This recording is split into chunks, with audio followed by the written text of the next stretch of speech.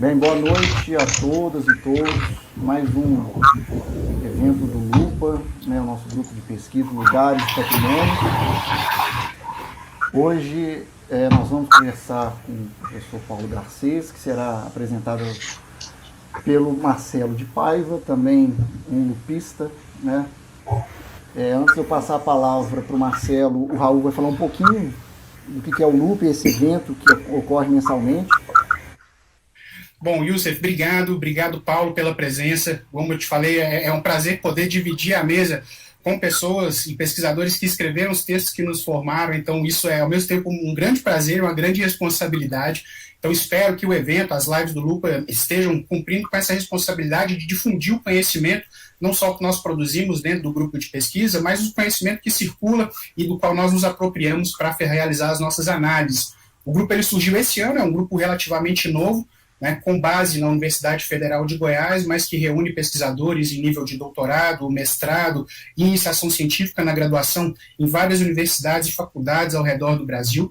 E o objetivo desse grupo é analisar as múltiplas visadas para os lugares, as paisagens culturais que constituem patrimônios e identidades para várias comunidades. Então, nosso interesse é para as materialidades e as imaterialidades que constituem os sentidos desses lugares. Por isso, então, nós temos chamado uma série de pesquisadores que participam da nossa formação e com o qual nós gostaríamos de dialogar, e essas são as lives do LUPA. Nós chegamos à quinta edição das lives do LUPA, então, mais uma vez, obrigado por participar e desejo um bom debate para a gente, que a gente alimente o bom debate. Muito bem. Eu que agradeço, eu queria agradecer muito o convite que vocês me formularam, é sempre bom, inclusive, usarmos essas ferramentas, né, que nos permitem estarmos juntos à distância, não é? Esse ano é um ano muito difícil, mas também que abriu possibilidades de convívio intelectual e de podermos debater assuntos que nos interessam demais. Então, eu queria agradecer muito o convite de vocês, também o Marcelo, que está aqui conosco, né, que foi meu aluno brilhante de doutorado. Então, é um prazer realmente estar conversando aqui e que a gente possa desenvolver aqui os debates, né, e as reflexões em torno aí dos monumentos, que são um tema quente atualmente, né. Obrigado, eu vou sumir da câmera aqui para ficar aqui na administração técnica do encontro, mas voltamos a nos ver ainda hoje no debate. Obrigado. Agradeço. Obrigado, Raul, obrigado, Youssef. Paulo, bem-vindo, obrigado por atender o convite. A minha estreia aqui no LUPA também, né, participando das lives aí, colaborando como a gente consegue nesses eventos aí. Me deram a difícil tarefa de te apresentar, né, e de conduzir esse debate aqui, e eu vou tomar licença de fazer uma apresentação um pouco mais pessoal de você pelo meu ponto de vista, né, de tantos anos que a gente trabalhou junto aí. Então, eu me lembro quando eu entrei na história da USP, né, para fazer curso de museologia, eu fiz a sua disciplina também. E o primeiro trabalho seu que me chamou a atenção foi aquele trabalho quando você foi condutor da implantação do Museu da Cidade de São Paulo, né? Eu lembro que eu tive contato com o livro das expedições e o DVD, né? Expedições dos 450 anos aqui para a formulação do Museu da Cidade de São Paulo. E nesse trabalho você participou da expedição, se eu não me engano, de Parelheiros até o Jaraguá, né, passando pela Liberdade, passando pela Avenida Paulista, né, identificando ali desde manifestações de memória dos imigrantes alemães até a comunidade Guarani, né, no próximo Jaraguá ali, procurando essas manifestações, registrando arquitetura, objetos, né, relatos, enfim. Eu lembro que esse trabalho particularmente me chamou bastante atenção.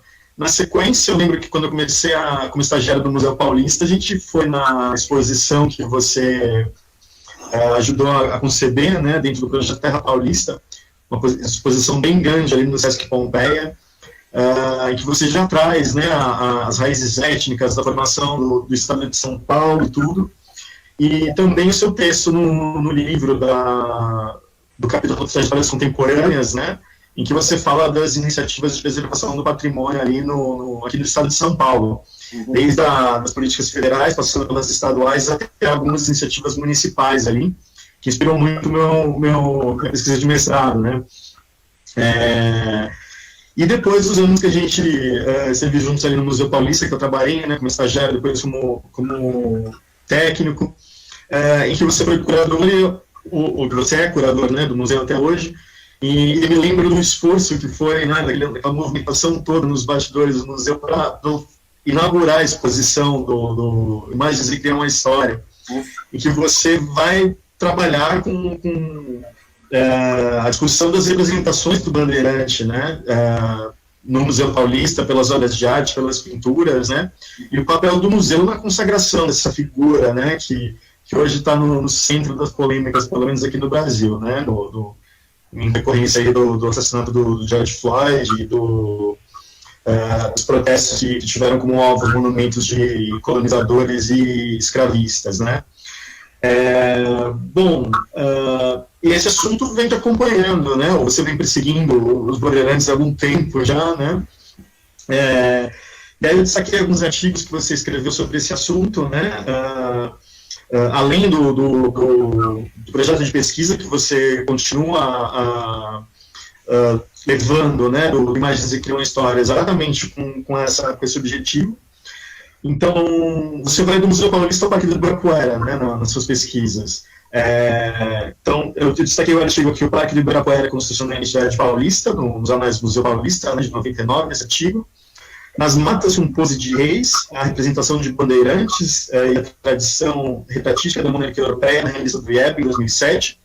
E agora, um artigo bastante recente, chamado Personagem em Sua Roupa, o gibão como representação do bandeirante paulista, na revista Tempo, de Niterói, que acabou de sair, né?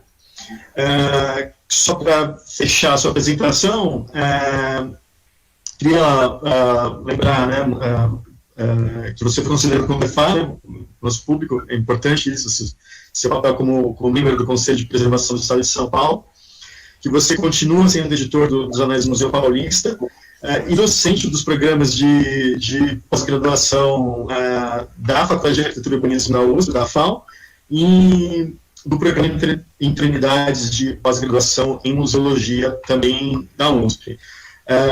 Já participou de mais de 200 bancas de mestrado e doutorado, pelas contas que eu fiz, né? E já tem mais de 30 trabalhos. É uma loucura isso na minha 300 já, né? Mais de 30 trabalhos orientados, já inclusive os meus dois, né? Mestrado e doutorado, né? Queria encerrar a sua apresentação dizendo que, além de tudo, você é um orientador com O maiúsculo, né? Um excelente orientador que eu me sinto honrado de ter feito esse trabalho com você. Não vou falar, tá aqui, faz tempo já. E, enfim, é um prazer estar aqui te apresentando, é uma honra também que a gente possa dar continuidade dos projetos que a gente sempre teve juntos aí, né, desde muito tempo. Bom, vamos ao debate, então, né. É o seguinte, quando aconteceu a morte do George Floyd e começaram a ter esses protestos no mundo inteiro, não era novidade, né? A estátua do Robert Lee na Virgínia já tinha sido alvo de protestos, o poder público já estava retirando. O caso mais emblemático foi a estátua do Edward Colston em Bristol, na Inglaterra, que foi arrastada por manifestantes e atirada no rio. Na Bélgica, as estátuas do Leopoldo II foram atacadas também. O Paulo Peixoto, aqui nos lives do Lupa, mostrou uma estátua do Antônio Vieira, em Lisboa, que também foi alvo de protestos, só que essa estátua tinha sido feita em 2017, ela não era tão antiga assim, né?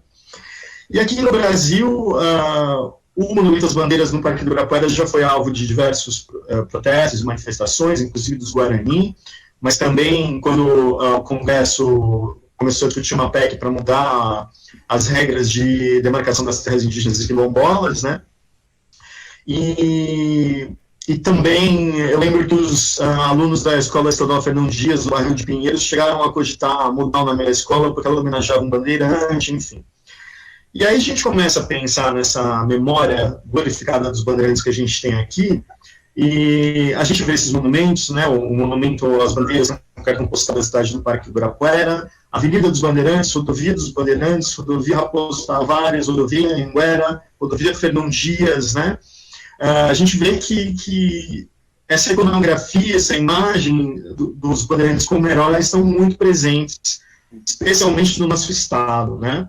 Então, eu queria começar esse debate, você contando para a gente como que essa memória é construída, né? Como essas representações são construídas, que é algo que você vem fazendo nas suas pesquisas aí, pelo menos do começo dos anos 2000 até aqui, inclusive tendo visto o papel do Museu Paulista nessa glorificação, né, nessa solidificação da imagem do bandeirante, e em contraste também como que os esquecimentos são feitos, né, como são gerados a partir dessa memória, né?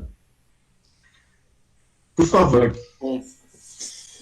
Então vamos lá, obrigado Marcelo pela apresentação, e quando essas apresentações começam a ficar um pouco mais compridas, a gente percebe que a gente está ficando velho. Mas enfim, assim é a vida, vamos em frente, né? É bom porque também esses percursos deixam muitas experiências ótimas, né? Como foi também orientado no ciclo, como eu já mencionei.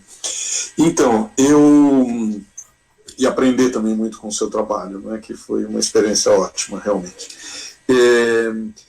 Falar desse assunto implica necessariamente nós destacarmos a centralidade do Museu Paulista nesse processo, né? Porque a positivação da imagem do bandeirante, ela é análoga a tantas outras positivações de heróis que significam nacionalidades, né? Que é algo que se generalizou a partir da Europa Ocidental no século XIX, para o restante da Europa, para a América, ou seja, essa prática, né, de erguer monumentos no espaço urbano para emblematizar uma coletividade, né, para homenagear aqueles que lideraram o processo de construção de uma nacionalidade, de uma coletividade mais alargada, é algo que justamente substitui a estátua dos reis, né, que tinham essa função, né, sobretudo as estátuas equestres, dos monarcas que estão em vários lugares do mundo ainda, não é, como é o caso do Terreiro do Paço, lá em Lisboa, não é, com a estátua de Dom José I, que não foi derrubada quando a monarquia portuguesa caiu, mas tantas outras, na França, sobretudo, foram derrubadas, a estátua de Jorge III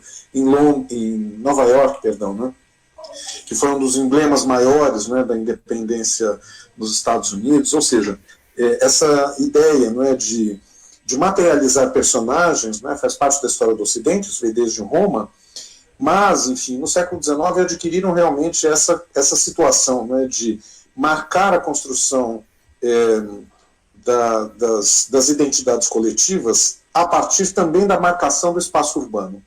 E isso se dava de diversas maneiras, né? Por um lado, na construção de coleções dentro dos museus, que representavam em pinturas e esculturas estes nomes, ou no próprio espaço urbano, né? As cidades estavam também sendo renovadas do ponto de vista urbanístico no século XIX, e a abertura desses eixos enormes, não é, de avenidas, de bulevares, de entroncamentos, praças, parques, não é, tudo isso permitiu, ensejou que esses monumentos de bronze começassem a pulular lá e aqui também, não é? Então, essa positivação dos bandeirantes faz parte, portanto, né, de um processo mais alargado que está sendo colocado em xeque junto com os bandeirantes. Ou seja, é toda esta herança, não é, de construção de identidades do século XIX, que é hierarquizadora, que é excludente, que reforça, não é, certas clivagens da sociedade, não é, e que, de alguma maneira, se arrastaram pelo século XX, não é, e estão sendo discutidas agora. O Museu Paulista tem um papel fundamental nesse processo, por quê? Porque nós não temos, né, imagens de bandeirantes do período colonial. O Museu Paulista foi o grande gerador dessas imagens, mas, sobretudo, o Museu Paulista foi o gerador da positivação dessas imagens. A primeira obra de arte que representa um bandeirante pertence ao Museu Nacional de Belas Artes, né, uma grande pintura de Henrique Bernardelli, e os bandeirantes foram representados como animais, né, bebendo água, jogados ao chão. Ou seja, não com qualquer tipo de artifício, né? Enquanto os índios estão sentados, sobretudo um deles, né, muito hierático, olha para frente, né, praticamente o espectador da pintura, né, como efetivamente uma figura dominada, mas não caída. Enquanto os heróis, em suma, né, dentro de uma leitura em que o processo de colonização é um processo liderado pela submissão dos povos indígenas pelos brancos, esses brancos, naquele quadro, estão ao chão como animais. Né? É o Museu Paulista que vai inverter esse processo e vai, então, começar a construir um conjunto de pinturas e esculturas a partir de 1903, que vão, então, tirar, né, o Bandeirante desta posição de bárbaro destruidor para o contrário, né? Aquele justamente que civilizava os interiores e é o pilar da construção do território e do próprio povo, ou seja, os significantes, né, do espaço nacional no século XIX. A primeira pintura que começou a construir essa narrativa, né, foi justamente uma dedicada a Domingos Jorge Velho, o destruidor de Palmares, num retrato suposto, né, como todos os de Bandeirantes, feito por Benedito Calixto, e é óbvio que a escolha, né, do destruidor de Palmares não é alheio, não é ingênua. Né? Essa tela fazia parte de uma galeria de retratos ilustres, que deveria justamente ser colocada no prédio do Museu Paulista para criar uma galeria, portanto, né, de heróis para a pátria, e ele era o único bandeirante, mas, sobretudo, ele era um bandeirante que tinha uma relação direta com o Nordeste e com a submissão do Quilombo de Palmares. Né? Portanto, a construção dos bandeirantes opera também diferentes rumos. Não é? Essa iconografia sinaliza sentidos diversos, não é? Ou seja, uma hierarquização dos negros em relação aos brancos, não é? E dos índios, obviamente,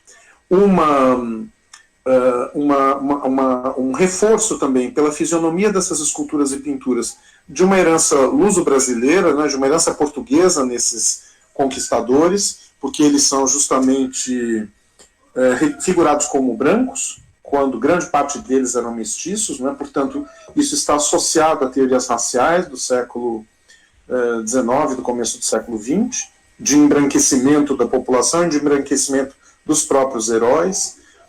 E, por outro lado, claro, né, em São Paulo, uma cidade já tomada pela imigração nessa década de 1900, os bandeirantes eram também tidos como a construção de uma significação para a cidade, para o Estado, para o país que excluía o imigrante estrangeiro. Né?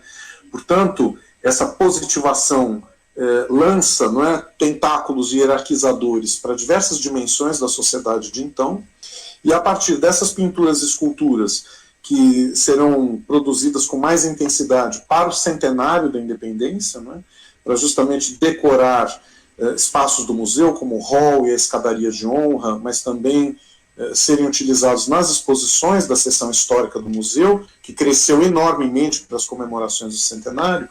Isso gerou, portanto, um padrão iconográfico, que é esse que todos nós reconhecemos, né? Da bota de cano alto, do chapéu de aba larga, do bacamarte, do gibão, né, pespontado em losangos e de uma fisionomia radicalmente branca, caucasoide. Né? Esse padrão iconográfico se espalhou pela cidade de São Paulo, em muitos monumentos. Ele se espalhou pelo país. Né? Vamos pensar, por exemplo, né, que em Goiânia existe uma imagem, uma escultura de bronze. Né? O escultor, inclusive, enviou para o Toné a verificação dessa escultura. Acho que é o Amadeu Zani, se não me engano, que faz essa escultura em Goiânia, e que representou a Anhanguera, e que, portanto, tem total sinergia, não é, com as representações do Museu Paulista, e esse padrão se espalha praticamente por todo o país, se não em esculturas e pinturas, mas, claro, pelos livros didáticos, né, e que vão, de alguma maneira, ser ilustrados com essas imagens, que vão reforçar no país inteiro, a partir do Parque Gráfico Paulista e Carioca, sobretudo, essa imagem, não é, do bandeirante como herói, do bandeirante como civilizador, do bandeirante como aquele que constrói, não é, a nacionalidade, a partir, claramente, também de uma inscrição racial, não é, na sua representação e nas hierarquizações às quais essa representação está associada. Isso só redobra, portanto, não é, as responsabilidades do Museu Paulista hoje, no momento em que essas representações estão sendo discutidas no país inteiro, não é? Dos compromissos que o Museu de História deve ter, mas não só o Museu de História, para justamente, enfim, problematizar esses percursos, não é? Evidenciar essas escolhas, não é? Evidenciar essas construções iconográficas, inclusive, de maneira que nós entendamos, não é? Que, no fundo, a representação dos bandeirantes e a sua exaltação tem a ver com o século XX, e não tanto com o século XVII, com o século XVIII, não é? Quando essas figuras eram presentes, não é? Eram inclusive solicitadas no Nordeste, não é? Para destruir quilombos, ou para ajudar nos combates com os holandeses, ou para fazer, nos termos da época, né, limpeza dos sertões, que era o massacre das populações indígenas. Portanto, os bandeirantes estão realmente inscritos, não é, de norte a sul no país, mas, claro que isso tudo era uma história praticamente sepultada nos papéis velhos, não é? O século... Van Hagen começa a falar de novo desses personagens, não é? Outros historiadores no final do século, mas será sobretudo o século XX que vai criar, não é? Essa instância de positivação e que de alguma maneira é análoga a outros personagens, não é? Igualmente hierarquizadores, e que no âmbito do indigenismo do século XIX vai sobretudo sobrepor tudo aquilo, não é?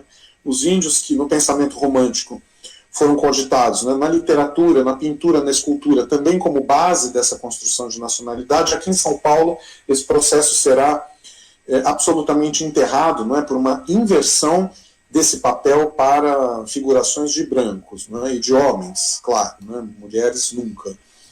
E isto, enfim, não é, são justamente hoje os legados que estão sendo contestados. Não é? É importante até a gente lembrar que essas contestações na Europa e nos Estados Unidos, elas são posteriores às que nós estamos fazendo aqui já desde a década de 2000, do começo da década de 2010, né? Embora... Nesse sentido, Paulo, eu queria que você falasse um pouco mais sobre o seguinte, se essas instituições, né, como o Museu Paulista, no começo do século, tiveram esse papel de glorificação da imagem do branco, colonizador, do português, de exaltação, tudo isso.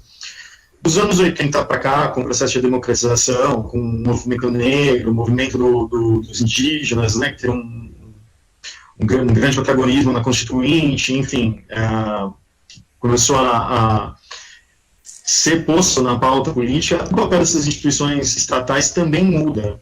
Então, se essa memória está sendo contestada, o papel das instituições também, né? Mas eu queria que você dissesse para a gente como que, inclusive no Museu Paulista, né, eu percebo algumas iniciativas que a gente tem.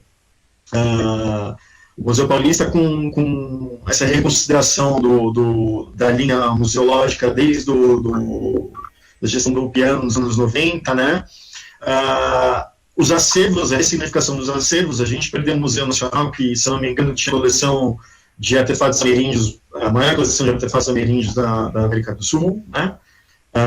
Ou, enfim, talvez no mundo, então, né?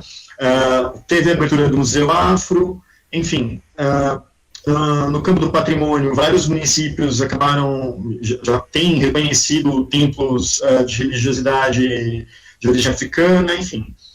Muito tem sido feito, né? Então, eu queria que você conversasse um pouco com a gente, explicasse um pouco mais sobre o papel atual dessas instituições nessa problematização, nessa crítica, né, dessas memórias construídas, a importância disso perante o público, né?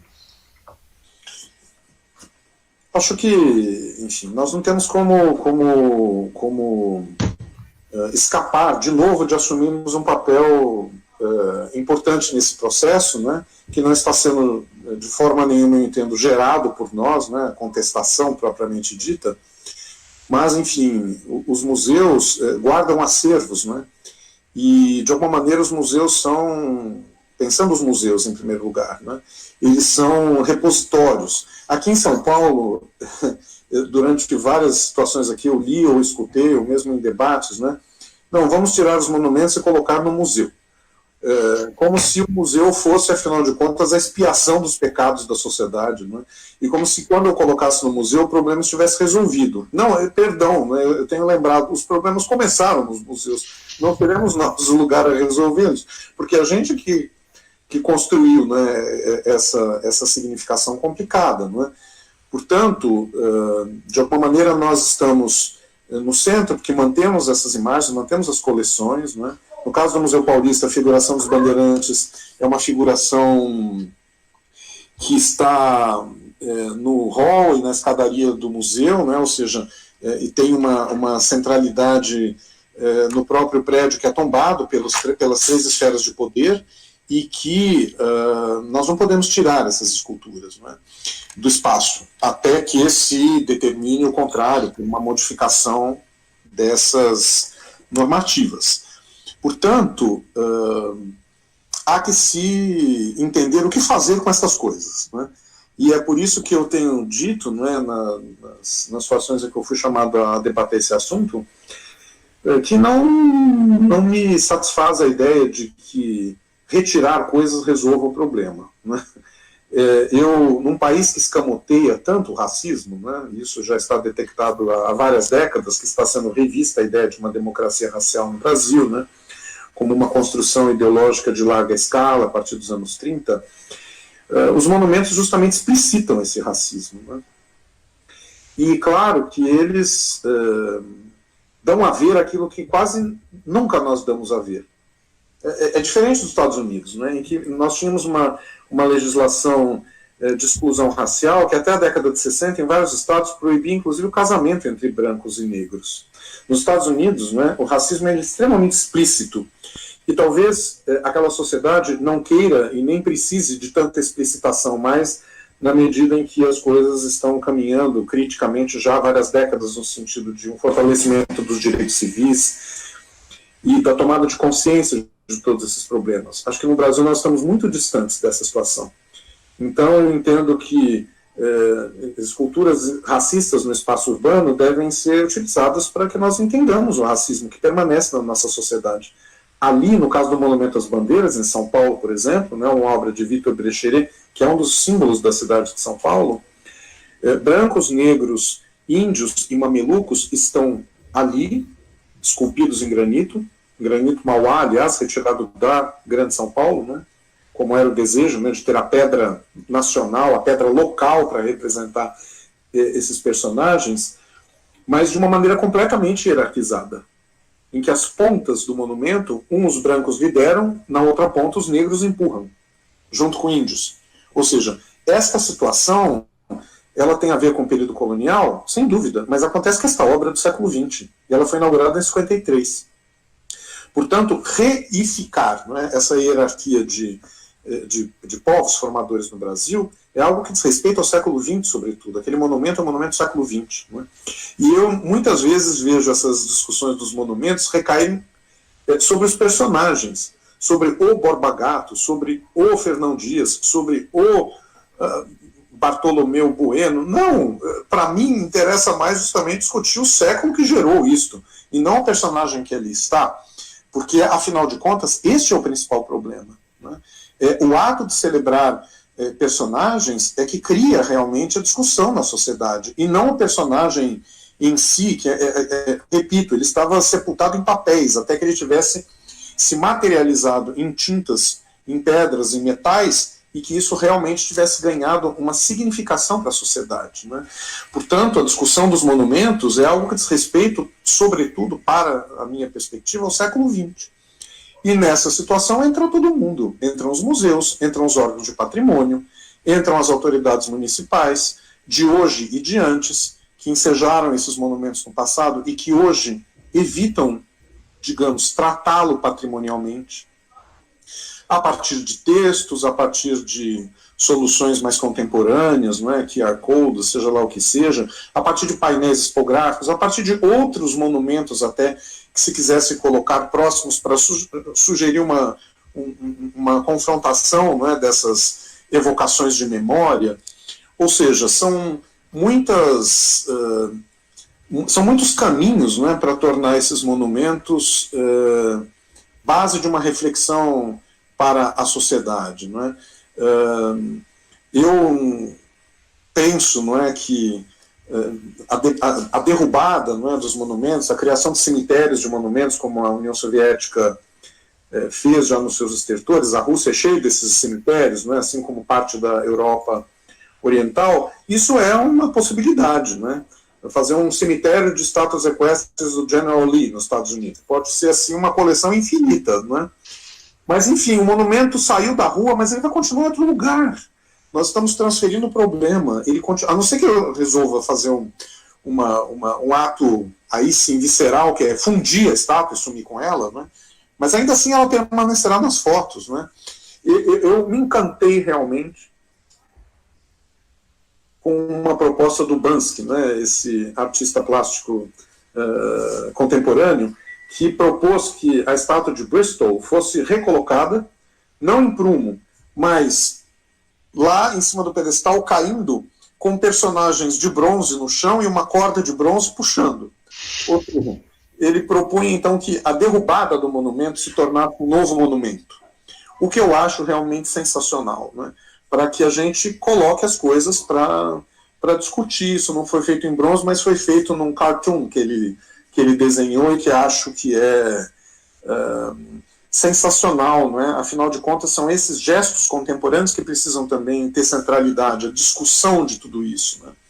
Não acho que removendo esculturas e fotos dessas esculturas e registros eletrônicos dessas esculturas, apagando tudo isso, a gente vai conseguir apagar o que nós somos. Falando você falou que essas estátuas, esses monumentos e alguns acervos, alguns discursos gerados pelos museus revelam aquele racismo que o professor Kabengele Munanga falava que é um crime perfeito, porque não deixou rastros aqui no Brasil, né? Ele não foi institucionalizado com leis de apartheid, né? O que só reforça aquela ideia de democracia racial que continua, né, vindo à tona. E aí eu fico pensando nessas disputas de memória, né, que vem crescendo, especialmente desde os anos 80, aí trazendo a questão do patrimônio, né, o tombamento da Serra da Barriga, onde foi o Quilombo dos Palmares, o terreiro da Casa Branca do Engenho Velho e tudo mais, que foi os primeiros tombamentos do IFAM reconhecendo os valores culturais afro-brasileiros, né? E hoje, recentemente, a gente teve a indicação do Cais do Valongo como patrimônio da humanidade, né? Então, eu lembro de uma conversa nossa que você colocou, né? A gente tem um monumento à escravidão e um monumento à resistência, né? E o Brasil escolheu indicar para o cenário internacional o monumento à escravidão, né? Então, eu queria só provocar um pouco, né, da importância do Cais do Valongo como que os americanos chamam de memórias difíceis, né, que é preciso primeiro reconhecer, sim, a escravidão, mas se também monumentalizar não tem justamente o efeito contrário de continuar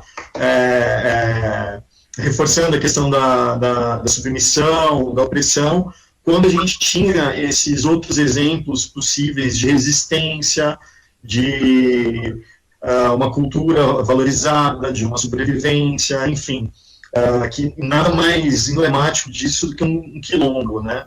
Queria que você comentasse um pouquinho sobre isso, né? Porque se destruir não resolve, o que é que nós vamos construir para pautar, né? Repautar esses debates e recolocar essas memórias em discussão na agenda pública? Bom, vamos lá, né? Em primeiro lugar, eu acho que a gente precisa desafiar a sedução dos personagens, né? Acho que pensar a escravidão, pensar as lutas contra a escravidão, a resistência, pensar a inscrição das populações africanas e afro-brasileiras no Brasil é, de alguma maneira, entender que essa imensa população ela não tem como ser nominada pelas injustiças, não é, desse passado em relação à própria documentação da existência da maior parte dessas pessoas, não é? Eu fico pensando o quanto essa ideia, não é, de criar monumentos a fulano, beltrano e ciclano reproduz, no fundo, uma ordem de heroicização que é excludente, que é, sobretudo, perigosa, não é? Outro dia até, né, pensei, né, Luiz Gama é um homem que fascina a todos nós aqui na cidade de São Paulo, né, um homem que lutou enormemente contra a escravidão.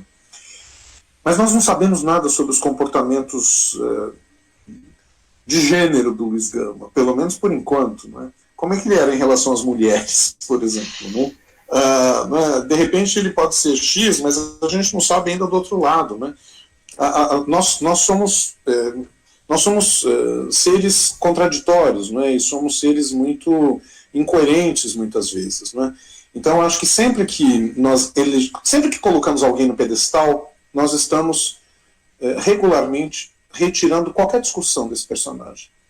Porque o ato de heroicização é um ato de idealização e que ainda por cima escolhe um no meio de milhares. Acho que já passa do tempo de nós nos libertarmos do século XIX. Se formos construir monumentos, que sejam monumentos aos conjuntos sociais, aos movimentos, né? Aos segmentos, e não ao personagem XYZ. Já escutei de tudo nesses debates do tipo, mas então as populações afro-brasileiras não terão os seus heróis e a disputa simbólica nesse sentido é fragilizada. Eu falei, bem, mas será que a gente vai continuar insistindo nos equívocos simbólicos do século XIX, não é? De apontar, por exemplo, o reforço nas lideranças, nos líderes de elite. O Zumbi, ele é elite. Ele é o líder, por excelência, de um sistema social no qual, de novo, ele é elite. Então nós vamos continuar fazendo monumentos às elites do Quilombo, as elites que estão fora do Quilombo. Vejam, não é? Acho que realmente, né, o século XIX nos fascina, né, de alguma maneira, porque nós nos entendemos nos povos ocidentais a partir dessas construções. Mas é importante que a gente reflita sobre isso. Né? E claro, não é, no caso da Serra da Barriga, que é patrimônio nacional, e no caso do Valongo, né, que é um patrimônio nacional muito mais recente, não são tanto as pessoas individuadas, né, que podem ser ligadas a ela, como é o caso do Zumbi a Palmares, por exemplo, mas é muito mais um processo amplo, coletivo, e que deixou restos arqueológicos, tanto num caso quanto no outro, em função de presenças coletivas. Muito tem se escrito, né, sobre o caso do Valongo ser também um testemunho das resistências escravas e da diversidade. Eu, sinceramente, acho isso uma operação intelectual muito complicada. Eu acho intelectualista isso. Aquilo é o caso de desembarque do escravizado, por excelência, da peça, né, da pessoa desumanizada. E eu acho, assim, bom, eu entendo que é complicado o país ter escolhido isto, né, e não ter escolhido Palmares, né, para indicar como patrimônio mundial, né. Palmares que é tombado desde os anos 80. Né? Por que indicarmos o tráfico e não indicarmos a resistência de um quilombo? Né? É uma escolha complicada essa. Né?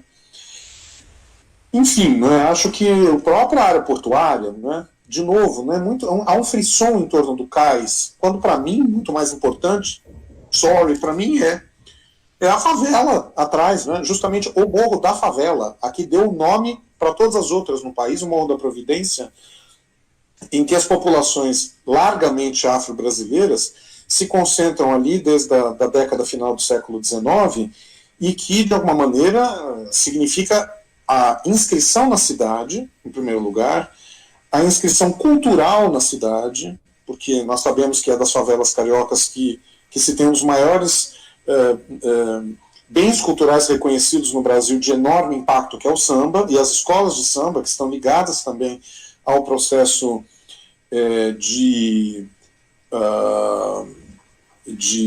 inscrição nos morros, né, com as favelas, e uma dessas próprias escolas, a Deixa Eu Falar, está ligada à área portuária do Rio de Janeiro, né, se bem me lembro.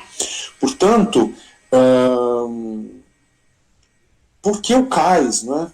Acho que nós precisamos tomar cuidado, não é, sempre com essas escolhas, não é? Porque, de alguma maneira, enfim, não é? Se os heróis do século XIX francês nos seduzem, de alguma maneira as memórias da escravidão como submissão também nos seduzem. Basta percorrer os museus brasileiros. Quando nós temos artefatos para lidar com a presença das populações afro-brasileiras, normalmente são os instrumentos de tortura da escravidão. As gargalheiras, não é? As correntes, o próprio Museu Histórico Nacional, né, coloca em grande estilo um desses instrumentos de tortura. Né? Não apenas, mas enfim, ainda estão, né, o tempo todo nos nossos acervos e nas nossas exposições. quando existem 1000 outras formas de evocar essa presença, não é? Então, enfim, acho que são desafios para a gente continuar a pensar, não é? E não significa que a escravidão tenha que ser de novo apagada, borrada, como se ela não tivesse acontecido. Sim, acho que o Cais do Valongo pode e deve ser um patrimônio mundial, como a ilha de Gorée, no Senegal, que era o porto de saída, também é um patrimônio mundial. O que eu acho é que dar o protagonismo a ela é um pouco complicado num país como o nosso. E isso, eu imagino também que o papel da Unesco, né, nessa negociação das indicações e tudo mais, também seja delicado em toda aquela discussão da descolonização dos países africanos, que tem pedido acervos, né, de volta dos colonizadores europeus e tudo mais, mas que também não é uma situação que se aplica ao Brasil, né? No caso, a gente não tem os artefatos, a gente tem as pessoas que a gente trouxe da África, né? Então, não é... O que fazer com isso, né? Essa discussão é deles nesse sentido, não é? Mas também é nossa do ponto de vista das populações indígenas, porque Belém, Rio e São Paulo, através do Museu Guild, do Museu Nacional e do Museu Paulista, não é? E do Museu de Arqueologia e Etnologia, nós também centralizamos as coleções e, portanto, as referências culturais de muitos povos, não é? Vamos pensar que essa discussão de devolver, inclusive, começou em São Paulo, não é? No âmbito do Brasil, já há muito tempo atrás, né, acho que nos anos 80 ainda, quando o Museu Paulista devolveu a machadinha de pedra Craô, que era uma machadinha pré-histórica e que tinha sido recuperada pelos Craô, não é? Um povo já pós-contato, né, como nós o conhecemos hoje, e que tinha ressignificado aquele artefato dentro das suas cosmologias, ou seja, uma apropriação, na verdade, de objetos da Idade Lítica, não é, muito anteriores, né, e que tinham um sentido sagrado, e eles reclamavam que isso tinha sido extraído deles de maneira não consensual. E o Museu Paulista devolveu isso, né, num gesto que está, inclusive, na revista FAPESP, né, do mês de... Deixa eu ver aqui... online, né? Vou pegar aqui, porque eu, sem óculos hoje já não dá, que eu tô velhinho. Setembro de 2020, né? E esse caráter, portanto, inaugural, né? A matéria se chama Revisitando e Expondo o Passado. E a machadinha Craô é justamente a primeira imagem, né, desse artigo. Portanto, essas questões são também nossas, né? Ou seja, nós praticamos também, né, a concentração de conhecimento. E desconcentrar esse conhecimento é uma questão fundamental, né? Acho que, inclusive, a devolução de artefatos, sobretudo os artefatos saqueados, né, é algo que na Europa é uma questão colocada, se resiste demais a essa tentativa de devolver o que é saqueado, veja bem, hein? Porque alguns países têm reclamado, inclusive, aquilo que foi comprado no mercado, ou levado por pesquisadores, não é? Ou levado por agentes religiosos, não é?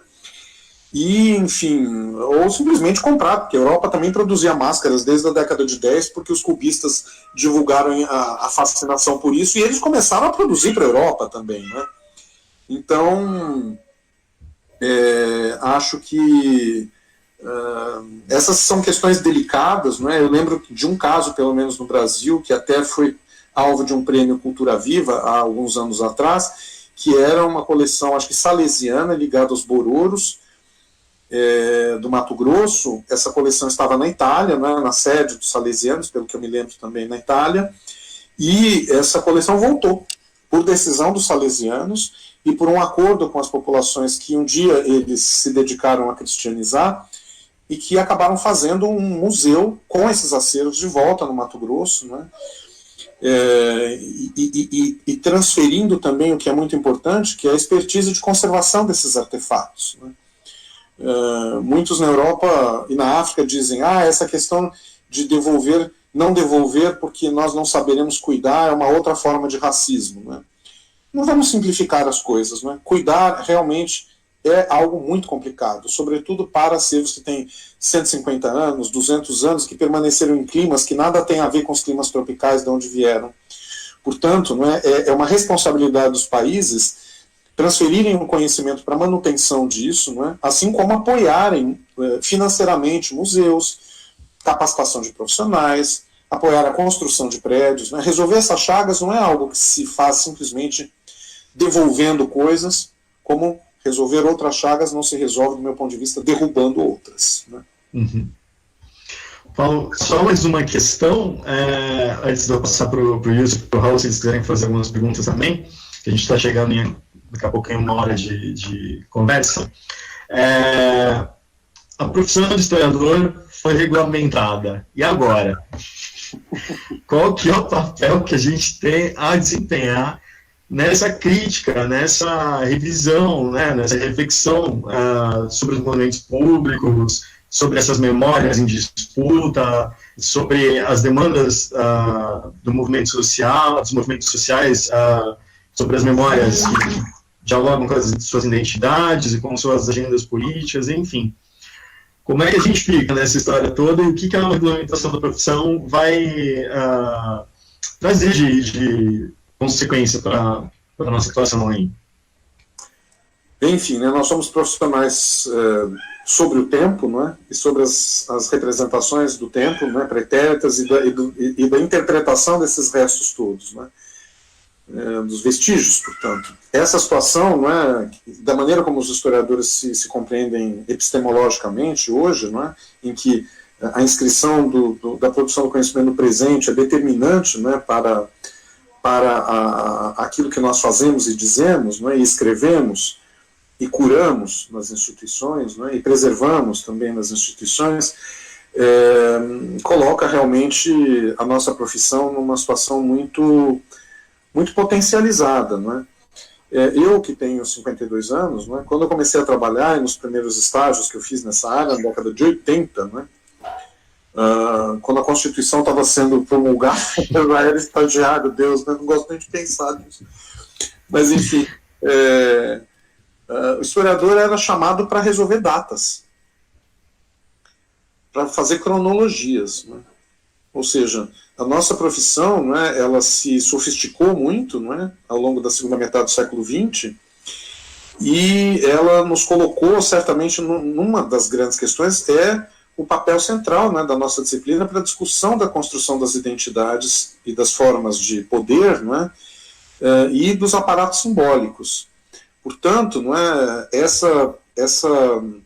esse reconhecimento da nossa profissão abre também um espaço fundamental para que a nossa profissão e os atributos da nossa profissão sejam passivos de serem selecionados, né, por exemplo, em concursos públicos para os órgãos de preservação. Sejam os órgãos de patrimônio edificado, sejam os órgãos ligados à preservação museológica, ou seja, aqueles vinculados às próprias paisagens, né, naturais ou híbridas, os próprios arquivos, não é, as próprias bibliotecas. Não era possível fazer um concurso para historiador, porque historiador não era uma profissão que se definia. Não é? E, claro, não é, a nossa profissão tem peculiaridades teóricas e metodológicas muito específicas em relação àquilo que se reconhece ser um historiador coletador de dados, que é, enfim, um resíduo praticamente de uma história positivista do século XIX, não é? Então, enfim, a partir desse reconhecimento profissional, né, que foi validado pelo Congresso Nacional 2 vezes, né, isso, enfim, reforça, né, o nosso papel para acelerar essas discussões todas, né, e criarmos novos patamares, né, de reconhecimento do nosso país, das diversidades, dos equilíbrios e desequilíbrios que ainda nos compõem. Enfim, no âmbito patrimonial, né, que é o tema do nosso encontro aqui, os historiadores realmente têm um grande papel, né, que, de alguma maneira, a ausência de reconhecimento profissional ainda nos relegava praticamente a assessores, né, para resolver questões factuais, né, quando a nossa profissão, há 50 anos, praticamente, já se distanciou desse tipo de enfoque, né, do século XIX. Okay. Obrigado. Raul, E vocês têm algum comentário, alguma questão para fazer? A gente abre, como é que é? Vamos passar a parte das perguntas. Tem muitos comentários aqui, Paulo, todos eles elogiosos. Mas como eu tenho um pouco de autoritarismo no meu coração, eu vou fazer primeiro as minhas perguntas.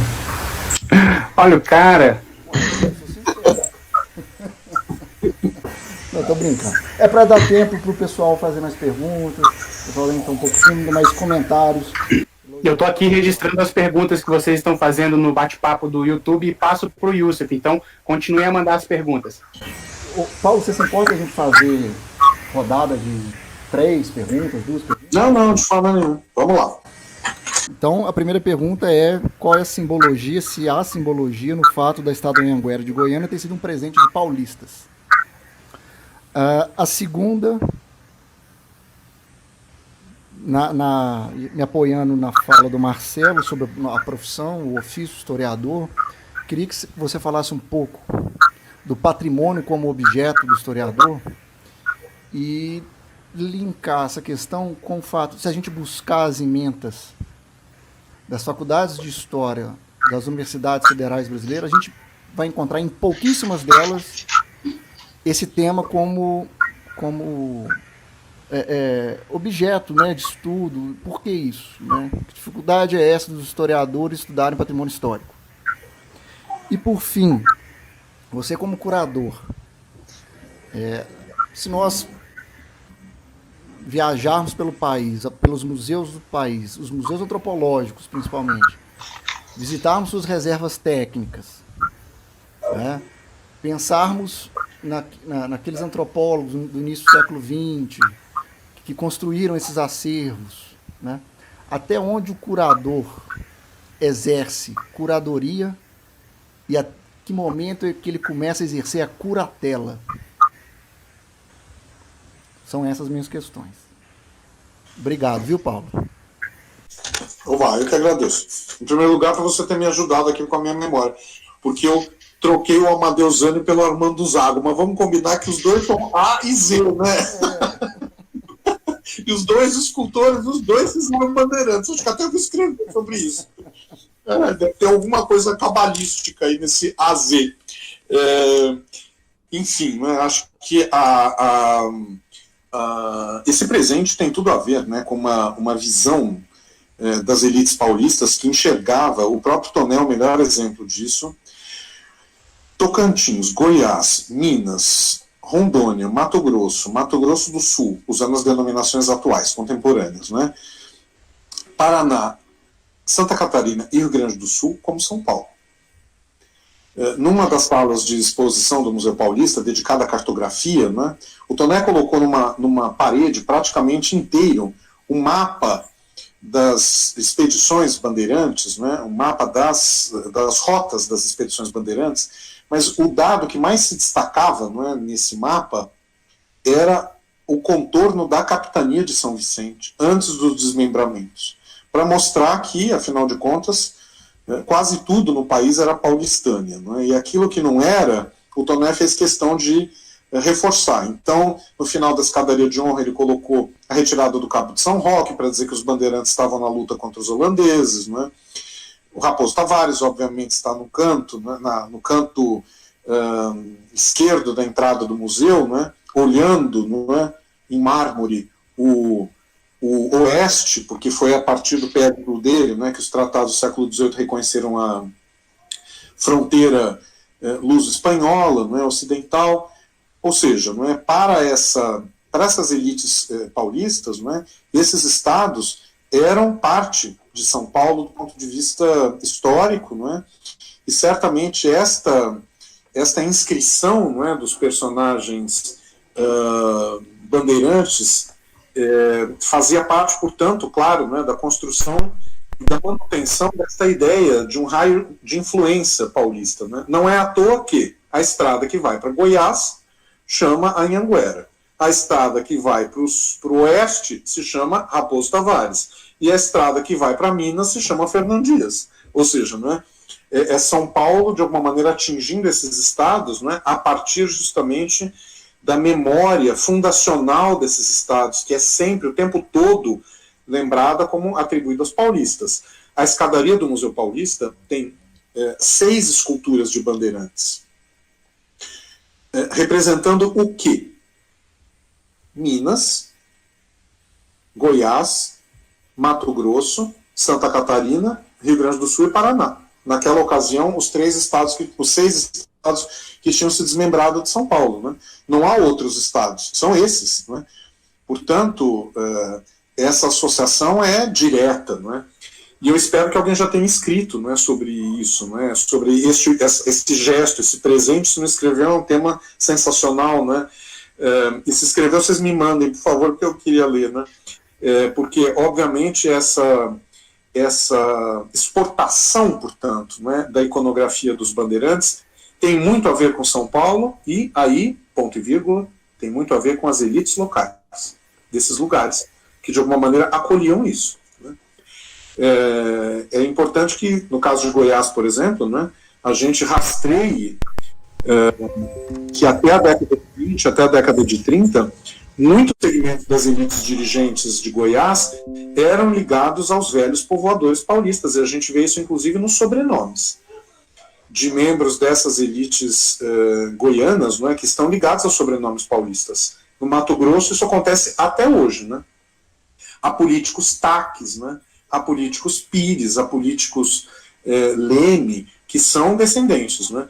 Portanto, de alguma maneira, ao acolher os bandeirantes, estava também se acolhendo, no fundo, essa matriz de poder que passava a ser compartilhada, né, pelas elites daqui e de lá. Né? Minas Gerais, a mesma coisa. Né? O Museu do Ouro estar na chamada Casa do Borba Gato, o que significa isso? Né? Ou seja, estas sinergias, né, com São Paulo podem significar justamente empréstimos, não é, de poder e circuitos, não é, de redes, na verdade, não é, de significação de hierarquias, não é, entre essas elites. E acho que essas pesquisas estão absolutamente cruas no Brasil. Não é? Seria muito importante a gente saber, não é, como é que os bandeirantes foram parar em Curitiba, e eles estão lá pelas praças, não é? Como é que eles foram parar em Minas, em diversos lugares, não é? Como eles foram parar no interior, não é, de São Paulo. Uma delas, por exemplo, na cidade de Amparo, é muito estranha, não é? Porque é uma homenagem aos bandeirantes feita pela comunidade sírio-libanesa, e uma das placas é escrita em árabe.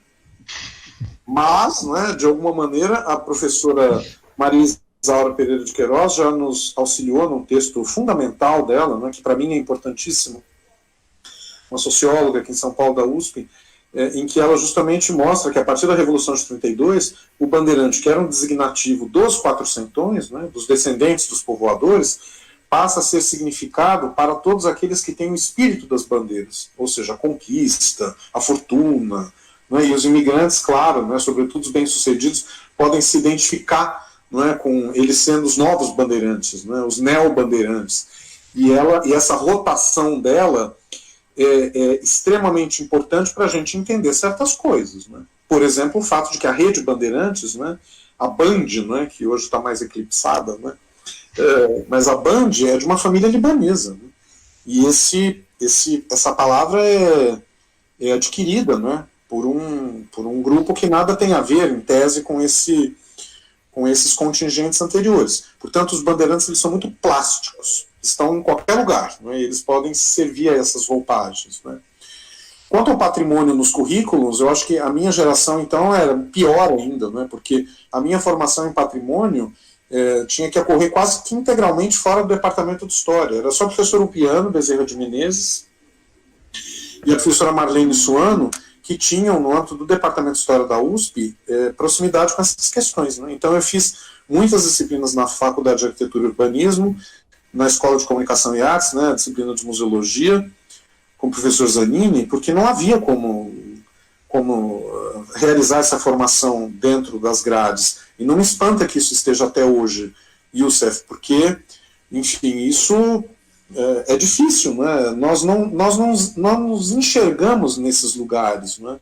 E isso tem um longo caminho. Né? Num texto clássico, né, de diretrizes para a organização da seção de estudos e tombamentos do IFAM, Lúcio Costa dizia que nós éramos complicados, que era preferível chamar estudantes, né, ou jornalistas, porque os historiadores se perdem em minúcias, né? E o que interessa realmente, que é a data, a autoria, isso podia ser feito sem que nós, enfim, ou seja, o nosso lugar não era no patrimônio. Eu, aluno de História, ao me inscrever numa disciplina na FAO, eu recebi um despacho dizendo que a FAO não era lugar para historiadores. Isso na década de 80. Então, enfim, esse caminho, né, dos historiadores se aproximarem da cultura material e das questões do patrimônio, vamos pensar, na própria França, isso é uma questão da década de 70 e 80. Né? Quando o Pierre Nora organiza Le Lieu de Mémoire, é quase todo com autores muito jovens, né, de uma nova geração. Né? Dominique Poulot, que está nessa coleção, era um jovenzíssimo naquela ocasião. Né? Então, fora do Brasil também, os historiadores não estavam tão inscritos, né? Mas, enfim, é algo que a gente precisa avançar. E no âmbito da curadoria e da curatela, né, bom, essa é um desafio enorme, né? Ou seja, o nosso papel, eu entendo, é sempre o da curadoria, é sempre o da reflexão continuada sobre novos referenciais teóricos e metodológicos sobre um mesmo acervo, ou um acervo que se expanda a partir de novas questões que definam uma política de aquisição. Se nós abrimos mão dessa condição de reflexão continuada e renovada sobre os mesmos acervos, ou sobre novos acervos, né, nós estamos nos tornando meramente cães de guarda. Né? O velho sentou em cima da documentação e não deixou ninguém consultar. Né? Ou simplesmente um áulico, né, que fica lá para manter uma certa visão cristalizada sobre determinados processos históricos, ou personagens históricos, ou eventos que são de um conflito total com a natureza da nossa profissão, sob os referenciais epistemológicos que nós manejamos contemporaneamente. Né? Portanto, aí cabe a nós escolher o papel que queremos ter. Né? Se é simplesmente o de preservar e guardar, ou se nós preservamos e guardamos para alguma coisa. E esse alguma coisa certamente, me parece, a reflexão, né? A curadoria como exercício de pesquisa, né? Que é algo muito, muito duro, difícil de fazer. Né? Hoje curadoria serve para qualquer coisa. Né? Fulano montou um restaurante, fez uma curadoria de farinhas de mandioca maravilhosa. Calma, né, gente? Vamos lá, né? Fulano abriu uma loja, fez uma curadoria de lenços pintados à mão, estupenda. Escolheu uma... Curadoria não é escolher, né, gente? Curadoria é também escolher. Curadoria é estudar. E hoje virou, assim, curadoria de cachaça, curadoria de coberturas, né, curadoria de qualquer coisa. Curadoria de performances.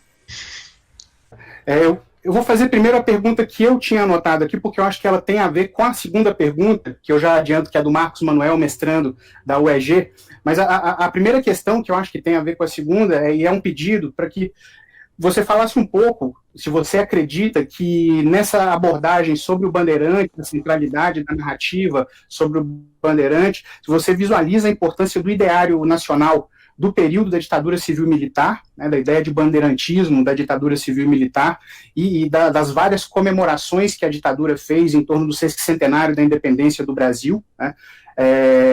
Essa é a minha pergunta, e a pergunta do Marcos Manuel é se com essa nova onda conservadora, de ascensão do pensamento conservador, que inclusive celebra, lamentavelmente, a ditadura civil-militar, né, se essa questão dos monumentos e a realização de homenagens a ditadores, ela não tem aumentado, e como lidar com isso? São várias questões, né? Em primeiro lugar, pensar em que maneira o período ditatorial ele estimulou, né, ele reativou. Acho que diversas pesquisas têm demonstrado, não é, que esse período, né, sobretudo o período entre 65 e 75, não é, foi um período de reativação de certas significações nacionais. Não é? Eu diria que, sobretudo, a primeira metade da década de 70. Não é? A Embratur, por exemplo, né, que reforça toda a construção de um imaginário nacional que é definida pelo IFAM, por exemplo, ou definida pela Era Vargas nos anos 30, nos anos 40. Né? São os mesmos topos. Né? A paisagem tropical úmida, por um lado, a religião católica, o barroco, Brasília, não é? A modernidade ligada, não é? A uma certa herança do passado, o samba, o carnaval, ou seja, é quase como se os anos 70 fossem os anos 30 redivivos. Não é? É quase como se a Aquarela do Brasil, não é, tivesse sido quase, não é, composta nos anos 70, e não nos anos 40, quando ela foi. Então, acho que sim, não é, existe essa migração, como existe também no âmbito dos bandeirantes. Não é? Acho que a maior evidência disso é a Urban, não é, que, afinal de contas, tem a Operação Bandeirante tem no próprio nome, não é, essa lembrança, né, essa reativação, mas vamos lembrar que dentro da própria sociedade civil esse nome estava sendo retomado. Né? É na década de 60 e 70 que a Avenida dos Bandeirantes ganha esse nome em São Paulo. É na década de 60 e 70 que o Palácio dos Bandeirantes vai ser denominado dessa maneira. Já nos anos 80 que a rodovia dos Bandeirantes, paralela à Anhanguera, não é, vai ser inaugurada em São Paulo, já no final do período militar, né, da ditadura. Portanto, né, essa reativação, digamos assim, né, ela faz parte, na verdade, né, de toda uma reativação dos discursos nacionalistas, né, que, de alguma maneira, se renovaram muito pouco nos anos 60 e 70. Eles, sobretudo, retomaram aquilo que tinha sido configurado, aliás, num outro período ditatorial de exceção, que foi a Era Vargas, correspondente ao Estado Novo. Não é? E é um pouco compreensível nisso, não é? Porque são períodos de centralização política. E esses sinais todos que nós estamos mencionando, não é, são manipulados para justamente reforçar, né, a centralização política. E no âmbito dos bandeirantes, isso era certamente a expectativa das elites paulistas, né? Que queriam centralizar as narrativas do país a partir de si. Né? Então, não é de se espantar que os anos 60 e os anos 70 tenham retomado todas essas iconografias do nacional, né? Sejam aquelas dos anos 10, dos anos 20, como é o caso dos bandeirantes, sejam as modernistas, né, dos anos 30 e 40, né, que vão reaparecer, portanto, no período militar, no segundo período militar, né, entre 60 e 70. E 80, na verdade, né, que isso se estende até a primeira metade da década de 80. Se isso vai ser retomado hoje, quiloçá. Né, nós temos uma certa incerteza, né, do ponto de vista do manejo dessas iconografias nacionais. Essa gestão não é uma gestão que tem, de alguma maneira, atuado na esfera cultural. Ela justamente se retraiu da esfera cultural quando não emite sinais de desprezo ou mesmo de ataque à esfera cultural. Né? O que é um comportamento não tradicional das direitas do país, né? Dos segmentos à direita, que sempre souberam manipular a cultura como um instrumento de afirmação. Talvez este período, né, e esses grupos contemporâneos não saibam fazer isso, né? Ou simplesmente isso deixou de ser uma questão para esses grupos à direita, não é, que hoje estão muito mais circunscritos a significações internacionais, não é, e a contestações mais gerais, como se a Terra é redonda ou não, enfim, né, essas questões mais, digamos, desafiadoras, né, para quem é um cientista, e que tem sido colocado como uma pauta, né, para essas elites à direita que estão aqui nos Estados Unidos, quase todas falando as mesmas coisas. Nesse sentido, portanto, as nossas direitas mais recentes, aqui ou de lá, elas não são muito nacionalistas, né, elas são muito genéricas, né, quase cosmopolitas, né, porque as significâncias nacionais, né, que foram construídas ao longo do século XX não parecem importar tanto a elas. Legal, obrigado, professor. Eu tenho mais outras duas perguntas aqui. Uma é do Ian Graco Dantas, que ele gostaria de perguntar se o senhor considera que o Instituto do Tombamento ele é rígido, né, e na forma de tratar o patrimônio cultural, e se isso corrobora algumas interpretações tradicionais do patrimônio. E a Cláudia Baeta Leal, ela pergunta em que medida os registros de bens de natureza imaterial e os tombamentos recentes, pós-88, eles ajudam a problematizar as narrativas sobre os bandeirantes e outras narrativas afirmadas ao longo do século XX. Vamos lá, muito obrigado pelas perguntas e também a Cláudia, né, que é uma parceira nossa no museu, nos Anais do Museu Paulista, queria agradecer também ela estar também aqui conosco. Olha, vamos começar talvez com o patrimônio material, né? Eu, há tempos atrás, escrevi um texto que está publicado na Estudos Históricos, chamado Novos Patrimônios, um Novo Brasil, né? Uma pergunta que eu, de alguma maneira, coloco-me um pouco pessimista, né? Seja no âmbito do patrimônio material quanto do patrimônio imaterial. Por quê? Né? Porque, de alguma maneira, os anos 80, o Marcelo já aludiu a isso, foi um período de redesenho, né, daquilo que poderia significar o país. Né? E o Youssef conhece bem esse processo também por conta da Constituição, e de alguma maneira isso poderia vir a redesenhar, digamos assim, né, o mapa dos símbolos nacionais, ou pelo menos o mapa daquilo que seria escolhido como perpetuação de certos grupos a partir das suas memórias materiais. Houve um retrocesso no âmbito do patrimônio material, né? Tudo aquilo que foi sinalizado nos anos 80 para a imigração, para as heranças afro-brasileiras, né? Para as memórias populares, né? Vamos pensar no presépio do Pipiripau, por exemplo, em Belo Horizonte, né? Que poderia ter sido um desencadeador de tantos outros, não foram. Eles geraram poucos, né? Terreiros no Brasil, acho que a gente não tem 15 ainda, tombados federalmente desde a Casa Branca, né? Portanto, nesse texto eu coloco, né, de alguma maneira, como esse patrimônio ele é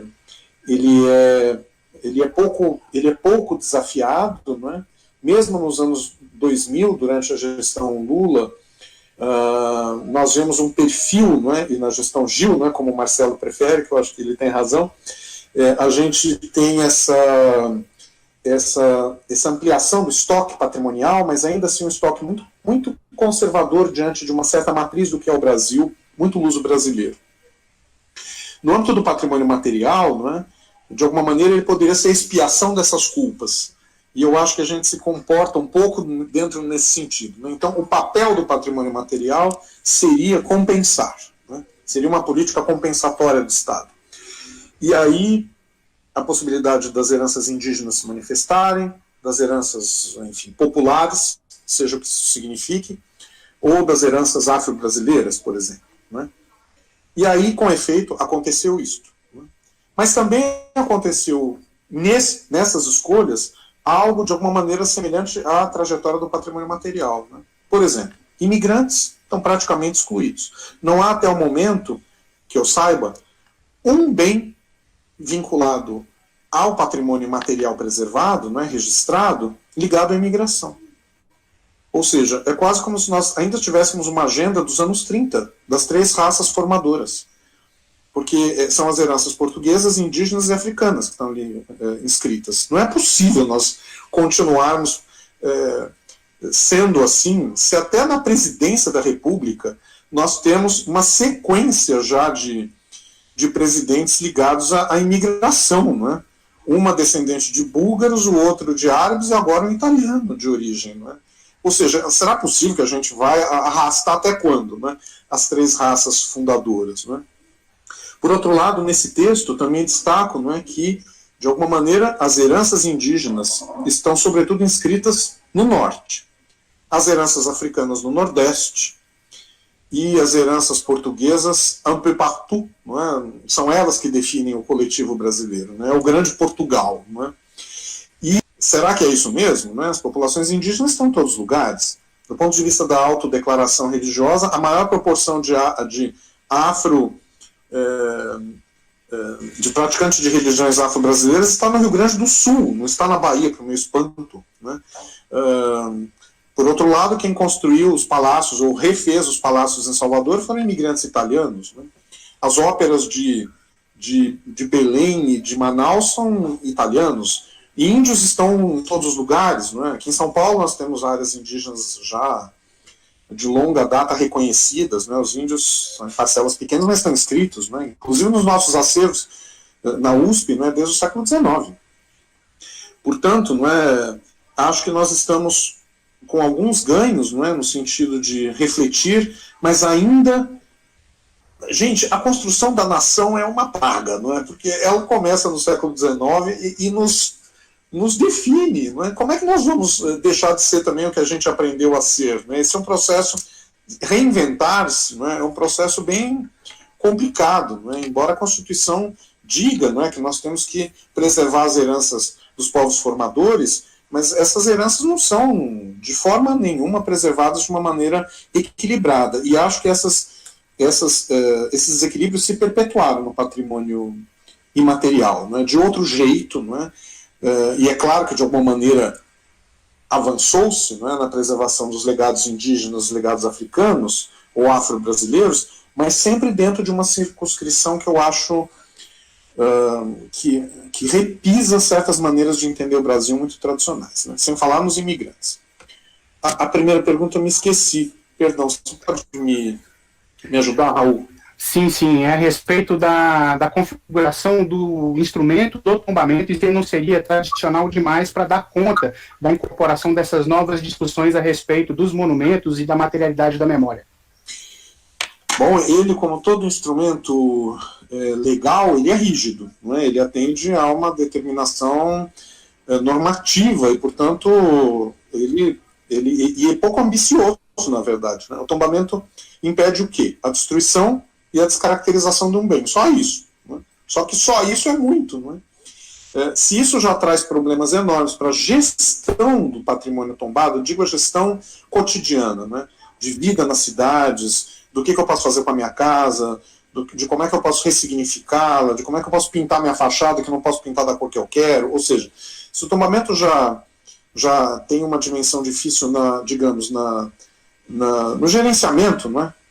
Da vida cotidiana relacionada a esses bens, do ponto de vista dos discursos, agora pensando como historiador, né? Não como planejador urbano, não é que eu nem sou.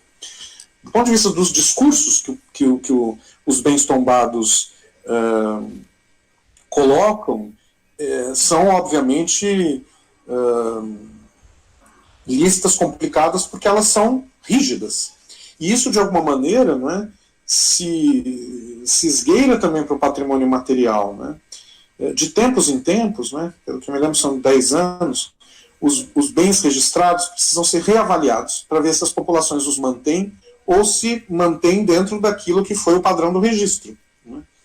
Ora, de alguma maneira, portanto, né, o patrimônio material, que é uma coisa tão elástica, não é, tão plástica, ele precisa ser avaliado com uma certa delicadeza, porque, obviamente, ele vai se transformar, não é? E talvez uma coisa que fosse feita com algodão vá passar a ser feita com plástico. E talvez isso não signifique uma descaracterização, né? Mas uma recaracterização. Ou seja, né, talvez essas duas palavras já nos pudessem infernizar a noite inteira, se a gente quisesse continuar nesse assunto, né? Entre descaracterizar e recaracterizar, meu coração balança. Ou seja, o que é, afinal de contas, o bem cultural, né, nesse trânsito das ressignificações? Né? E claro que o tombamento é um instrumento de Estado normativo. Isso serve para os bens tombados na cidade, serve para os bens tombados nos museus, porque nós temos os livros de tombo também nos museus. E quando entra, fica. E fica, às vezes, com o mesmo sentido, né? Sempre do mesmo jeito. Né? Eu sou um historiador e um curador que, no Museu Paulista, problematizo, né, a construção da imagem do Bandeirante, mas poderia haver um curador que simplesmente acha que, enfim, aquelas figurações estão de acordo com uma certa performance, né, desses homens no passado. Enfim. São muitas as possibilidades de reinterpretar isso, né? E é claro que algumas são mais desafiadoras e outras são mais conservadoras. Né? Obrigado, Paulo. Eu tenho uma última questão aqui do Ricardo Aguiar. A pergunta é a seguinte: além da derruba de status como uma disputa de memória, ocorre um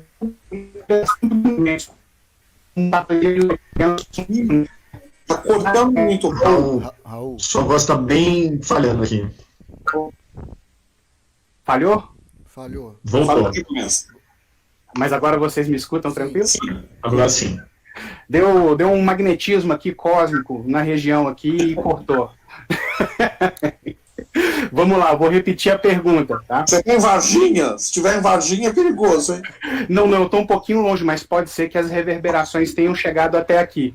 Mando até um abraço aí para todos de Varginha, se tiver alguém assistindo aí de Varginha, beleza? Tem um belo monumento lá ao ET, um disco voador muito legal, que também poderia ser problematizado aqui de várias maneiras. Você tá no morro do Mas vamos lá. Você Não tá- tô não, na Rua do Amendoim Na aqui, Rua do ela Amendoim. também tem uma gravidade especial. Ela tem uma gravidade especial aqui, ela desce, sobe, pessoal, é uma loucura. Minas Gerais só tem ferro, gente. Não tem como não ser magnético. Assim, o estado inteiro é magnético. Vamos lá, agora que parou de cortar, eu vou fazer a pergunta do Ricardo Oriá. Ele pediu para eu fazer essa pergunta para você. Ele pergunta o seguinte: além da derrubada de estátuas, como uma disputa de memórias, ocorre também o roubo e a depredação de monumentos, como acontecido atualmente, recentemente, com a estátua do Ariano Suassuna. Como lidar com essas situações? Ricardo, diretamente do Distrito Federal. Obrigado, Ricardo, pela pergunta. Grande colega. Demais. Enfim, né, nós temos que, de alguma maneira, nos despedir de entender, né, que muitas vezes essas violações são um ato de vandalismo. Né? Nós precisamos... Essa palavra é uma palavra que é usada desde o final do século XVIII, né? Mas ela não nos ajuda a entender certos processos. Né? Elas simplificam, na verdade, ações que são muito mais complexas. Né? E que para que nós a entendamos, nós precisamos, no caso do monumento do Ariano Suassuna, por exemplo, de uma investigação para saber qual é a razão disso, né? Como é que isso repercutiu nas redes sociais, por exemplo, né? Ou na imprensa, o que poderia ter gerado isso, se alguém reivindicou isso, né? Ou se simplesmente foi uma pessoa que foi lá e derrubou. Né? Mas, de qualquer maneira, não é, esse ataque, essa releitura dos monumentos, né, por si só abre uma pauta, não é, gigante de discussões. Não é? No Museu Paulista nós temos uma pesquisadora, né, que faz pós-doutorado conosco, a Thaís Waldman, que tem se dedicado a estudar essas ações, não é, de contestação, muitas vezes violentas, com relação aos monumentos bandeirantes, não é, e que de alguma maneira colocam, enfim, a necessidade de nós entendermos essas ações. Não é. Quando, numa dessas intervenções, né, mais violentas, o monumento às bandeiras foi coberto de tinta vermelha por pessoas que jogaram para lembrar o sangue que havia corrido, né, das populações indígenas e afro-brasileiras em função, né, dos ataques bandeirantes, isto foi considerado um ato de vandalismo, e é mesmo, né, porque trata-se de um bem tombado pelo governo municipal, pelo governo estadual, portanto esse tipo de ação é uma ação que atenta contra um bem que é preservado legalmente. Né? Portanto, a gente também não pode simplificar as coisas. Né? Mas, por outro lado, essa tinta que foi removida logo depois, sem maiores danos para o monumento, essa tinta está perpetuada em milhares de fotografias e de repostagens de fotografias. Né? Ou seja, essa inscrição, né, no monumento, né, que alguns podem chamar de vandalismo, outros de intervenção, outros de, enfim, né, qualquer outra coisa, afinal de contas, recolocou esse monumento no centro das questões, eu diria. Né? Ou seja, essa intervenção acaba jogando de novo o monumento na centralidade da discussão. Às vezes ele podia estar lá já meio... O nosso serviço educativo no Museu Paulista deu um dado para nós, né, em função de escutas, que nós estamos fazendo com grupos sociais para preparar a reabertura do nosso museu, né, em 2022, para as comemorações do bicentenário, e uma dessas questões era dos bandeirantes. Né, e eu estudo, né, iconografia bandeirante no museu. E aí, toda uma discussão, mas como é que a gente vai fazer com os bandeirantes? E aí, faz o quê? Tarará, tararó. E aí elas duas falaram, né, a Isabela e a Denise Paula, que numa das nossas escutas ficou muito claro que quase ninguém na escuta sabia o que era bandeirante. Eu falei, gente, mas então a população já esqueceu. E a gente fica trazendo de volta isso, né? Bandeirante, o que é Bandeirante? É o nome de uma avenida. O que é Bandeirante? É o nome de um canal de rádio, de televisão. É o nome de uma estrada. Porque, de alguma maneira, não é, esses personagens foram se esgotando também. Né? O último grande monumento a Bandeirantes em São Paulo foi o Borba Gato, né, no bairro de Santo Amaro, que é super criticado por conta de questões plásticas, por um lado, e atualmente por evocar um bandeirante do século XVII que tem uma trajetória de destruição como quase todos os outros. Né? Então, acho que essas questões todas nos mostram um pouco, né, as ciladas da simplificação. Né? Porque, enfim, no caso do Borba Gato, por exemplo, né, a Thaís estudou isso, foi feito o julgamento do bandeirante. Né? Então, colocaram cartazes, não destruíram, não tacaram tinta, não fizeram nada, mas, de novo, né, o bandeirante que estava lá meio apagado, de novo, isso ganha uma centralidade enorme. Né? Então, esses atos, né, podem ser, enfim, no fundo, enriquecedores para a discussão de tudo isso, ou eles podem ser simplesmente uma brutalidade. Né? O Carlos Drummond de Andrade, em Bronze, na praia de Copacabana, já perdeu os óculos, acho que 15 vezes. Né? E as pessoas retiram o óculos, ou porque querem uma lembrança, ou porque simplesmente querem vender o bronze para comer. Né? Então, enfim, são 1000 razões. Né? Mas acho que, de qualquer maneira, né, nós precisamos estar atentos, né, sobretudo aqueles que têm a responsabilidade de gerenciar essas coleções que não são nossas, não são minhas, mas são da sociedade, né, quais são os movimentos, né, que os diferentes setores da sociedade também estão emitindo em direção a esses monumentos que são públicos. Né, e esses monumentos públicos são públicos e, portanto, pertencem ao conjunto de uma sociedade que é muito heterogênea. Né. Então, enfim, nós precisamos também colocá-los em discussão para ouvir essa heterogeneidade, né, e também para não simplificar, né, a sua significação nas sociedades contemporâneas. Entender, por exemplo, que alguns traços conservadores, né, são ainda muito fascinantes para muitas pessoas. Os Estados Unidos da América mostram isso. Né? Há muitos lugares que estão retirando os monumentos confederados por não serem simplesmente monumentos em homenagem a pessoas, mas em homenagem a um sistema escravista que essas pessoas defendiam, mas parcelas enormes da população não querem isso. Inclusive o presidente da República norte-americana mencionou que isso era um ato de vandalismo e que ele ia agir para proibir essa destruição dos monumentos. Né? Enfim, né, acho que são vários pontos de vista, né, em torno de uma mesma questão, e acho que é por isso mesmo que essa questão tem sido tão fascinante, né, nos últimos meses. Né. Os monumentos que estavam meio largados lá nas praças voltaram, né, a ser uma questão para a sociedade. Isso é bem saudável. Né. Paulo, eu vou pedir para o Raul e para o Marcelo encerrarem, já que eles são ouvidos, eu não estou sendo ouvido, eu vou pedir para você ficar um pouquinho, depois que a gente encerrar aqui, só para a gente fazer um balanço. Tá? É rapidinho, não vou tomar mais seu tempo, não. Não, que é isso. É um prazer. Está sendo um prazer.